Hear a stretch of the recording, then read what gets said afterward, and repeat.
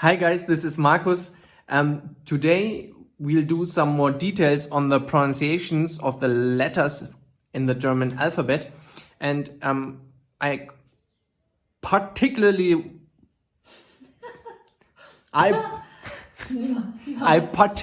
want to highlight the letter.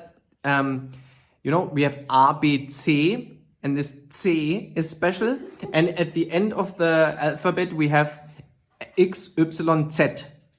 So we have C and Z. Okay? So this is very special for you guys, and usually that actually gets mispronounced. So if we have the Z, it's not Z or something like that, or Z, whatever. It's tz, tz. It's like a T sound and an S sound directly afterwards, and it's produced from here. It's not tz. It's like not coming from the belly or from the chest. It's like tz, tz, tz, tz. So there are different words with that. For example, zoo. So that would be your zoo or chiriakar. Zoo. And for example, circus. So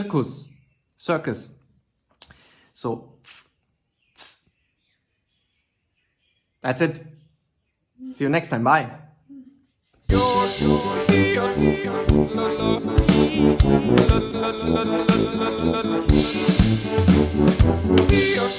Yo